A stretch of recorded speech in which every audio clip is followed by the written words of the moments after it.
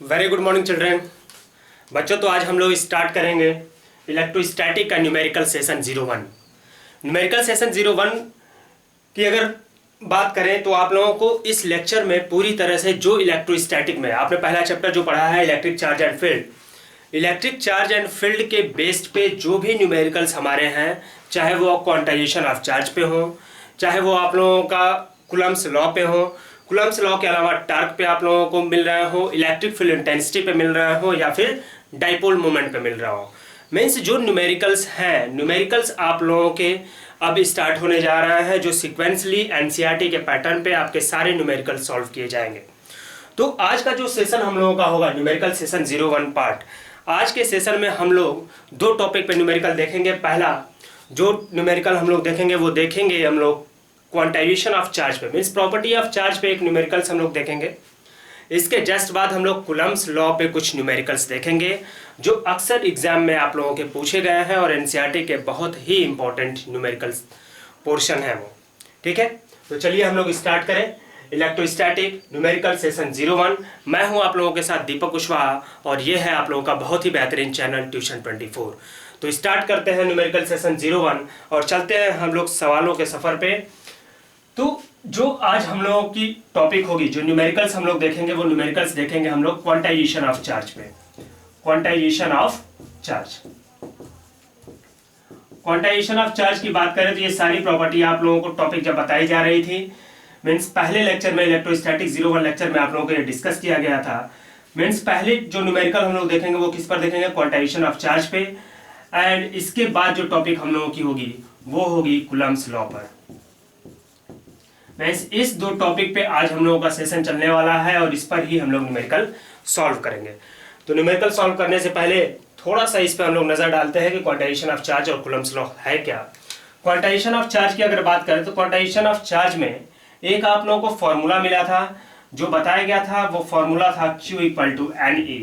और Q equal to NE में आप लोगों को बताया गया था Q is total amount of charge, total charge, N is number of electron, number of electron, and last E is charge on electron, charge on electron, जिसमें E की वैल्यू क्या थी 1.6 इंटू 10⁻⁻19 कूलम।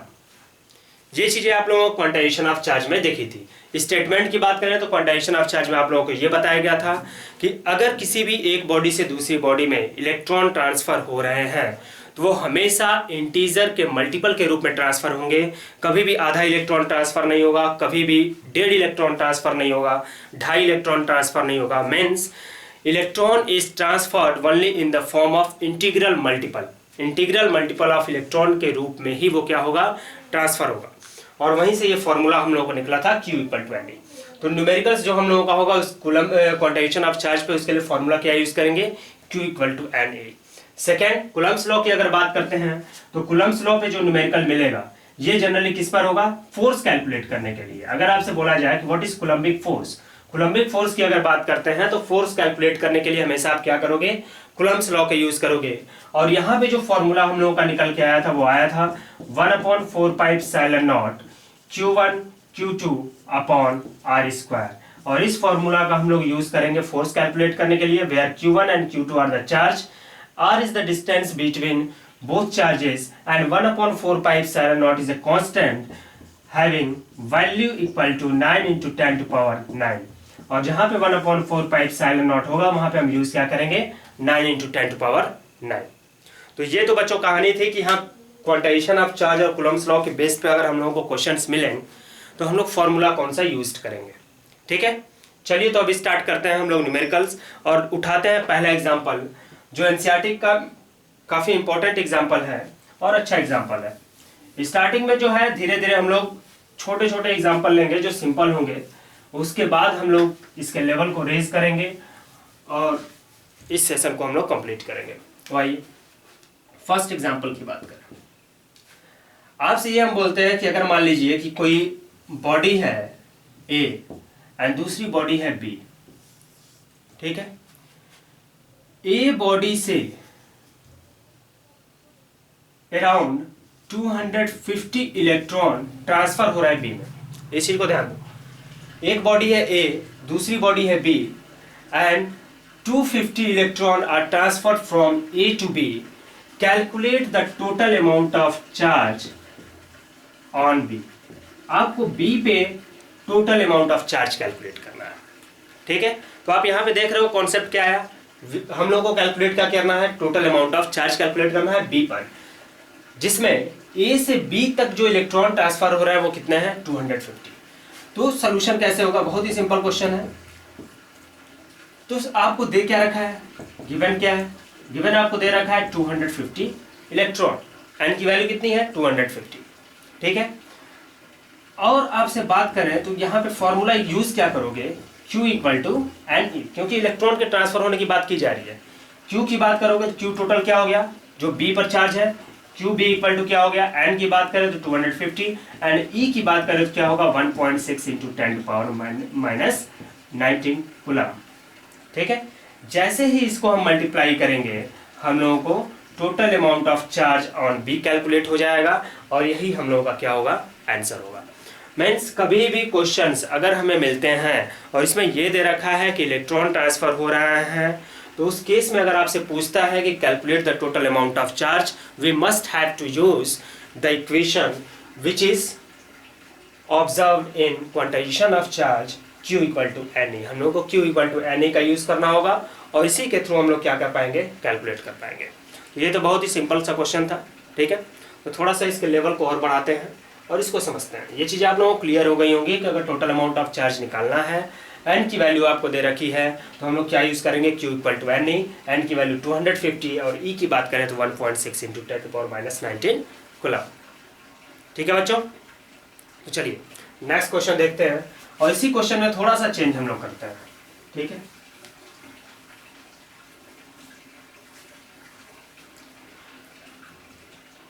ये बॉडी ए है, ये बॉडी बी। आपसे ये बोला जा रहा है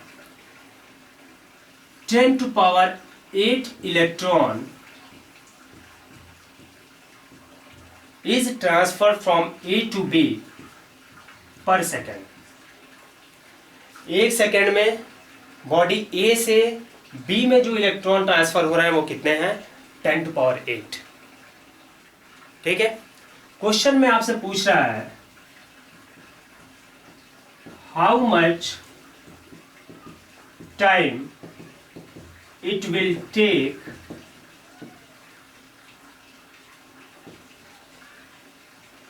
to get total amount of charge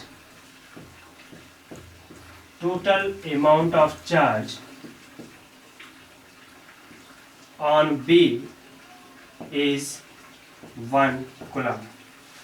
आपसे क्वेश्चन में ये पूछ रहा है कि अगर A से B में जो इलेक्ट्रॉन की जो ट्रांसफर हो रहा है वो कितने हैं, 10⁸ इलेक्ट्रॉन ट्रांसफर हो रहा है, वो 1 सेकंड में ट्रांसफर हो रहा है। आपसे पूछ रहा है कि कितना टाइम लग जाएगा कि जो बी पे टोटल चार्ज हो वो कितना हो जाए, 1 कूलम हो जाए। Means how much time it will take to get total amount of charge on B is 1 coulomb. 1 coulomb का चार्ज अगर बी पे हमें फाइंड करना है तो कितना टाइम लग जाएगा, आप लोगों को टाइम कैलकुलेट करना है, ठीक है। तो थोड़ा सा क्वेश्चन आपका चेंज हो चुका है। यहाँ पे क्या करना है, टोटल अमाउंट ऑफ चार्ज नहीं निकालना है आपको, टोटल अमाउंट ऑफ चार्ज दे रखा है कितना, 1 कूलम। आपको निकालना है ये 1 कूलम चार्ज बी पर मिले, इसके लिए हमें कितना टाइम लग रहा होगा अगर 10⁸ इलेक्ट्रॉन 1 सेकेंड में ट्रांसफर हो रहा है, ठीक है। तो क्वेश्चन आप देखिए, और ये क्वेश्चन काफी इंपॉर्टेंट क्वेश्चन है, एनसीईआरटी का एग्जाम्पल है। यहाँ पे अगर बात करें तो फॉर्मूला हम यूज क्या करेंगे, फॉर्मूला तो वही यूज करेंगे क्वांटाइजेशन ऑफ चार्ज का, और वो क्या होगा, Q equal to N E का, पहली चीज।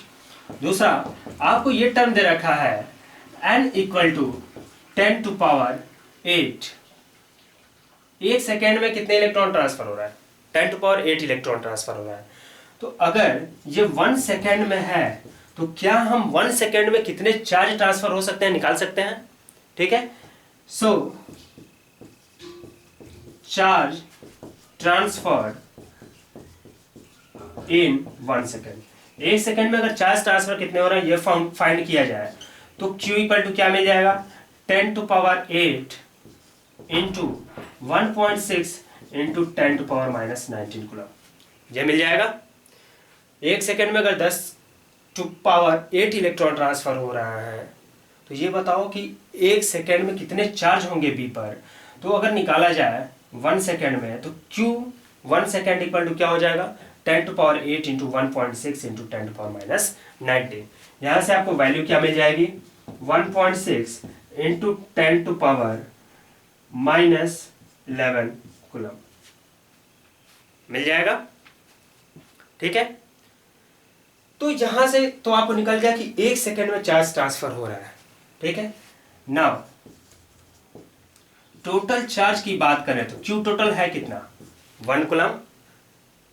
अगर टोटल चार्ज 1 कूलम का है, 1 सेकेंड में इतने चार्ज ट्रांसफर हो रहा है, तो टाइम आप लोग इजीली फाइंड कर सकते हो। अगर टाइम की बात करें तो कितना हो जाएगा 1 coulomb upon 1.6 into 10⁻11 coulomb. Coulomb से कूलम कैंसिल होगा और जैसे इसे सॉल्व करोगे आपको क्या मिल जाएगा टाइम मिल जाएगा। और ये कॉन्सेप्ट काफी इजी है। जैसे आपसे बोला जाए कि बेटा ऐसा करो कि मार्केट में जाओ और मार्केट से जाके 1 केजी आम लेके आओ। आप गए मार्केट में गए और 1 केजी आम लेके आए। जब 1 केजी आम लेके आए तो जो आम के पीसेज हैं वो कितने हैं 10 पीसेज हैं। और वहीं दूसरे लड़के से कहा गया बेटा ऐसा करो मार्केट जाओ और मार्केट से तुम 400 आम खरीद के लेके आओ। वो मार्केट गया 400 आम खरीद के लाया। और उस केस में बोला जाए कि बताओ बी जो मार्केट से लेके आया वो कितने केजी आम थे, तो आप क्या करोगे 400 को 10 से डिवाइड कर देते हो, आपको क्या मिल जाता है 40 केजी मिल जाता है। ठीक है, तो वही सेम कॉन्सेप्ट यूज किया गया है कि अगर 1 सेकेंड में हमें चार्ज कितना मिल रहा है 1.6 into 10⁻11 coulomb, total amount of charge कितना है 1 कूलम, तो टाइम कितने लग रहे होंगे टाइम इक्वल टू मिल जाएगा 1/1.6 इंटू 10⁻11 कूलम। अब मुझे एक चीज बताओ, ये तो टाइम दिख रहा है आपको 1/1.6 इंटू 10⁻11, क्या ये 10⁻11 है, इसको अगर ऊपर भेजा जाएगा तो ये 1.6 ये 10⁻11 आएगा और ये टाइम किस में आएगा सेकेंड में आएगा। अब यहां देखो क्या ये 10⁻11 सेकेंड एक बहुत ही बड़ी टाइम है, मीन्स 1.00011 टाइम्स ये चीजें आपको मिल रही हैं। तो इसको हम लोग क्या करेंगे, इसको कन्वर्ट कर लेते हैं एक बड़ी यूनिट में। मीन्स या तो इसको आवर में चेंज कर दें, या तो इसको डे में चेंज कर दें, या तो इसको ईयर में चेंज कर दें। तो यहाँ पे देख लो लंबी टाइम है तो इसको हम ईयर में चेंज कर रहे हैं। तो जैसे ही टाइम निकालेंगे ईयर में अगर कन्वर्ट करेंगे तो इस पूरे टर्म को हम क्या करेंगे 1/1.6 है 10⁻11 है, इसको हमें क्या करना पड़ेगा 365। एक साल में कितने दिन होते हैं 365 दिन। 365 दिन अगर हैं तो एक दिन में कितने घंटे होते हैं 24 घंटे। एक घंटे की अगर बात करें तो कितने मिनट होते हैं 60 मिनट। और एक मिनट की बात करें तो कितने सेकंड होते हैं 60 सेकंड। और जैसे ही हम डिवाइड करेंगे टाइम हमको किस में मिल जाएगा ईयर में मिल जाएगा और यही हम लोगों का क्या होगा आंसर होगा। ठीक है, तो आप लोगों को ये चीज़ें समझ में आ रही होंगी कि अगर क्वेश्चन का थोड़ा सा पैटर्न चेंज करता है, उसमें टाइम कैलकुलेट करने के लिए आपको बोलता है, तो सबसे पहले क्या करना होगा कि जितने इलेक्ट्रॉन ट्रांसफर हो रहे हैं वो उस कितने टाइम में हो रहा है ये हम लोगों को देखना होगा। 1 सेकेंड के लिए फिर कैलकुलेट करना होगा। देन जो टोटल चार्ज हमें दे रखा है उस टोटल चार्ज को हम क्या करेंगे उस पर्टिकुलर टाइम इंटरवल में जितने चार्ज हमको मिले हैं उससे हम क्या कर देंगे डिवाइड कर देंगे। और जैसे इसको डिवाइड करेंगे हम लोगों को क्या मिल जाएगा रिक्वायर्ड टाइम मिल जाएगा। ठीक है, चलिए तो नेक्स्ट सेशन पे हम लोग चलते हैं और स्टार्ट करते हैं अगला क्वेश्चन। क्लियर है ये? आइए, ऐसा ही सिमिलर क्वेश्चन आपका एनसीईआरटी में दे रखा है एग्जाम्पल में, शायद वहां पे 10⁻9 इलेक्ट्रॉन ट्रांसफर किया है, तो उस चीज को आप देखना। अब क्वेश्चन जो हम लोग ले रहे हैं वो क्वेश्चन ले रहे हैं हम लोग कूलम्स लॉ पे।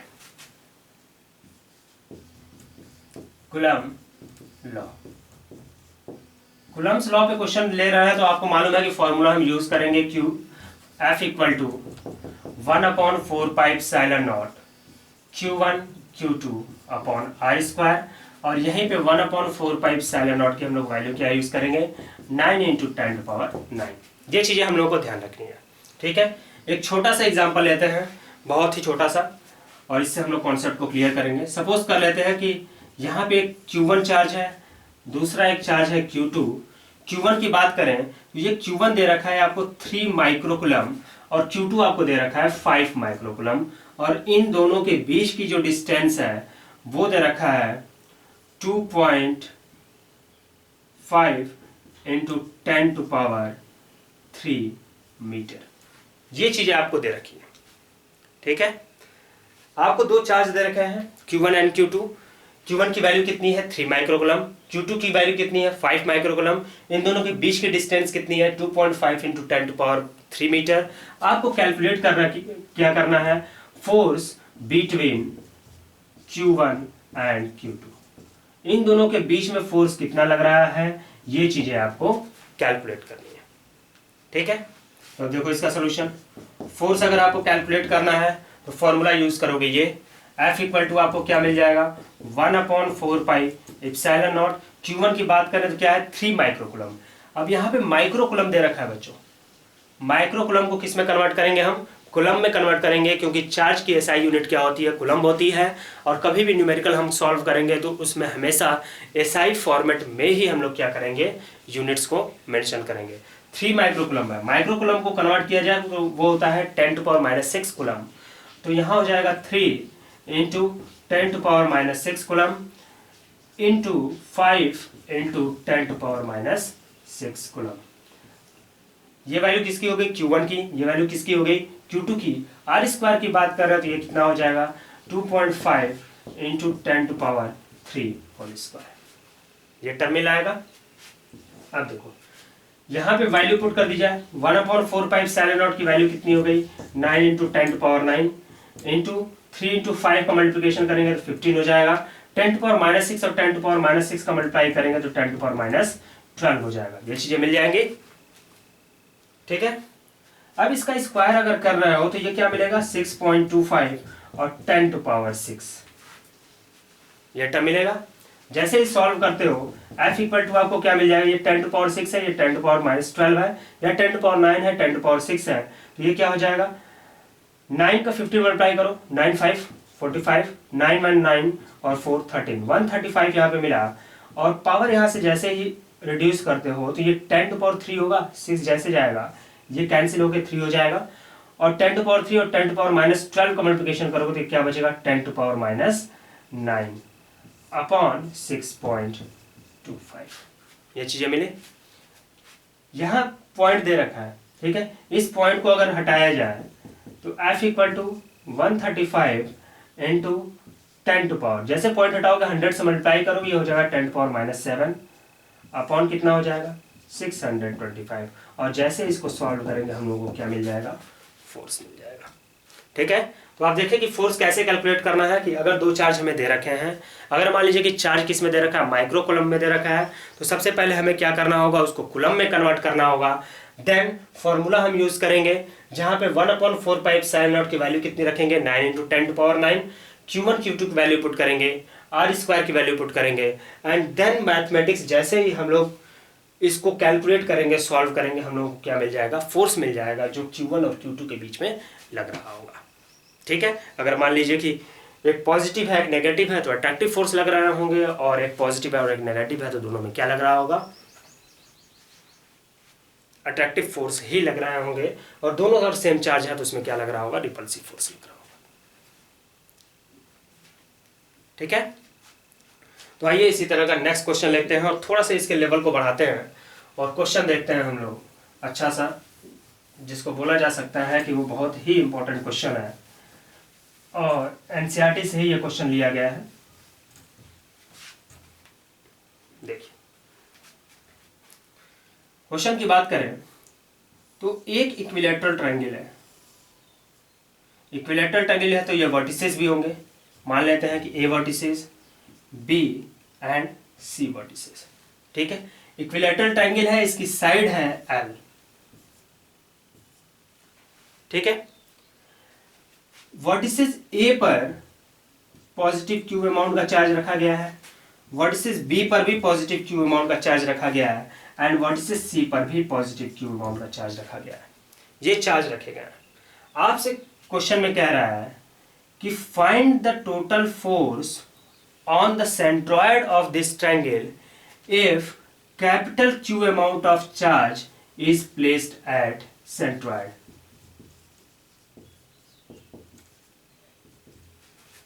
पॉजिटिव क्यू अमाउंट का चार्ज कहाँ पे रखा गया है, सेंट्रॉइड पे रखा गया है।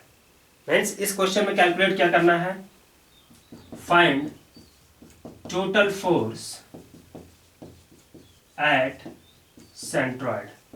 सेंट्रॉइड पे आपको टोटल फोर्स कैलकुलेट करना है, ठीक है। अब इस क्वेश्चन को ध्यान से देखो, ट्रायंगल की बात करें और ट्रायंगल में सेंट्रॉइड की बात करें तो आपको मालूम है कि सेंट्रॉइड हमेशा जो मीडियंस होते हैं उनका क्या होता है, इंटरसेक्शन पॉइंट होता है। मीडियन के इंटरसेक्शन पॉइंट को हम क्या कहते हैं, सेंट्रॉइड कहते हो। तो ये पॉइंट आपको मिल गया जहां पे क्या रखा गया है, क्यू रखा गया है, और इस पॉइंट को हम सपोज कर लेते हैं कि ये पॉइंट है ओ। इक्विलेटरल ट्रायंगल है तो आपको मालूम है कि ये कितना होगा, 60 डिग्री होगा।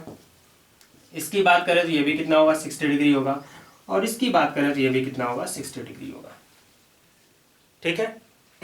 अब थोड़ा सा नेम कर लेते हैं, ये ए है, बी है, सी है, इस पॉइंट को हम मान लेते हैं डी, और इसको हमने मान लिया है ओ, ठीक है। अब मुझे बताओ, यहाँ देख रहे हो कि कई चार्ज हैं, तो फोर्स हमें कैलकुलेट करना है। इस पॉइंट पर क्यू अमाउंट का चार्ज रखा गया है, तो इस पॉइंट पर इससे भी फोर्स लग रहा होगा, इस क्यू पर इस क्यू के द्वारा भी फोर्स लग रहा होगा, और यहाँ पे जो क्यू रखा गया है वो इस पर रखे गए प्लस क्यू से भी फोर्स इस पर लग रहा होगा। Means total amount of force की अगर हम बात करेंगे यहाँ पे, तो टोटल अमाउंट ऑफ फोर्स क्या हो जाएगा, F due to B, F due to C and F due to A. इन तीनों के द्वारा जो फोर्स हमें मिल रहे होंगे उनका क्या हो जाएगा, सम हो जाएगा, ठीक है।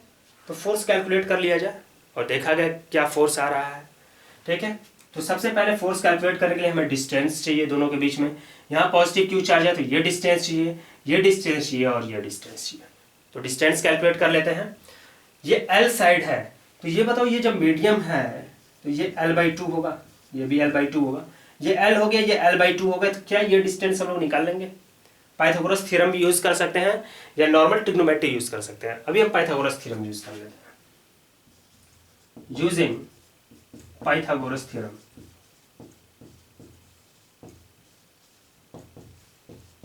जैसे ही पाइथागोरस थ्योरम यूज करेंगे हम लोग, उसमें आप लोगों को क्या मिल रहा होगा, AD² equal to AB² minus BD²। ये टर्म आएगा, आप देख रहे हो ये क्या है, हाइपोटेनस है। हाइपोटेनस में से जैसे ही ये हम लोग बेस रिड्यूस करेंगे एल्टीट्यूड का स्क्वायर में मिल जाएगा, तो ये टर्म है। AD² की बात करें, AB² कितना है, L है, ये क्या हो जाएगा L²। BD² की बात करें तो L/2 है, तो ये क्या हो जाएगा L²/4। और ये अगर हम माइनस करेंगे तो आपको टर्म क्या मिल जाएगा, 3L²/4। ये टर्म मिल जाएगा। यहां से वैल्यू क्या आ जाएगी, AD की वैल्यू कितनी आ जाएगी, √3L/2। ये वैल्यू मिल जाएगी। अब ये बताओ, ये हमें AD की वैल्यू मिली। अब मालूम है कि ये जो मीडियन है ये हमेशा ये जो O पॉइंट है AD को 2:1 के रेशियो में डिवाइड करता है। तो अगर हम बात करें कि what is the amount of AO, तो AO की वैल्यू क्या आ जाएगी, since AO equal to 2/3 of AD का क्या वो 2/3 होगा। तो यहां से अगर कैलकुलेट करेंगे तो AO की वैल्यू क्या आ जाएगी, 2/3, और AD की वैल्यू कितनी है, √3/2L। 2 से 2 कटेगा, 3 ये √3 है तो ये √3 टाइम्स में कैंसिल होगा, तो AO की वैल्यू मिल जाएगी L/√3।